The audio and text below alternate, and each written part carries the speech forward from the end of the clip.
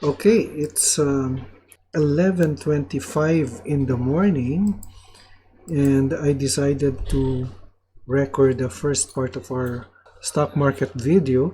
So silipin po natin ang index bago po mag-lunch break, ano?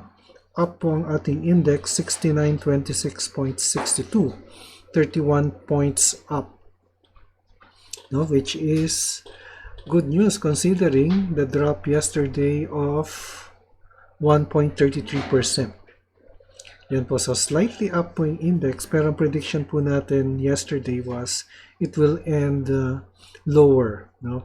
So tingnan po natin mamaya. But in the meantime, yung debut ng CTS is today, no?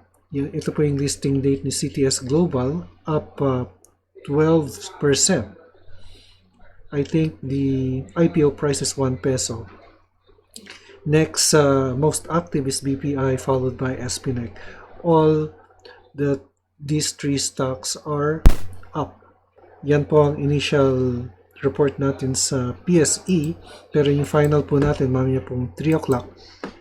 Magandang araw po, ngayon po ay April 13, Miyerkules Santo. Kung first time niyo po sa aking channel, ako po si Benji Chodoro, isang retired bank officer na nagsimula mag-invest sa Philippine Stock Market noong 2007. I do this report every day. If you like the content, I invite you to subscribe to my channel. Kung meron po kayong stocks na gustong ipa-review, paki-comment lang po sa comment box at ating ipa-prioritize. Hindi po ako financial advisor. Anything I say in this channel should not be considered as financial advice. Ang ating financial news ay tungkol sa PLDT Voyager at ang resulta ng trading sa ating PSE ngayong araw, April 13, Holy Wednesday, dito lamang sa the stock market today.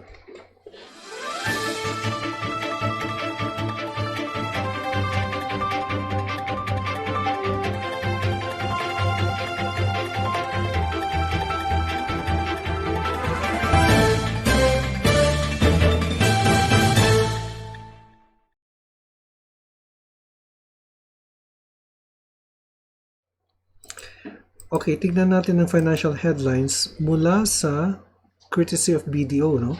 FDIs, ito yung direct foreign investment, down 16% to $819 million in January. Philippines raises $559 million from samurai bonds. Ito yung Japanese bonds, no? Okay, and then in our sectoral news, Voyager raises $210 million to expand PayMaya and Mayabank. So, ito po yung approval ng BSP to have a digital bank for the Pangilinan Group, ano? Itong Mayabank. And they are also expanding PayMaya. FLI plans 11.9 billion bond issuance, and Cebu Pacific receives 10th Airbus A321neo aircraft.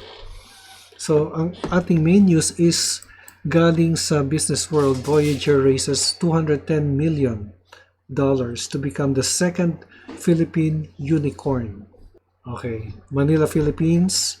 Philippine technology startup Voyager Innovation said on Tuesday it has raised $210 million in its latest funding round, making the company the second unicorn with a valuation of more than $1 billion. Voyager, which serves 47 million people through its consumer platforms that include e-wallet and digital payments, said fresh capital will fund its digital banking venture and other services like cryptocurrency and micro-investments. Papasok na sila sa crypto, kapareho ng Union Bank. SIG Venture Capital and Asian Venture Capital arm of SIG Singapore-based global investor EDBI and investment holding company First Pacific Company Limited participated in the funding round as new investors, Voyager said. Voyager's existing shareholders like PLDT, private equity firm KRR and Company Inc., China Tencent Holdings and International Finance Corp or IFC. Ito yung nasa Hong Kong, no? Yung IFC Tower also joined the capital injection. The latest funding increased the valuation of Voyager to $1.4 billion, it said.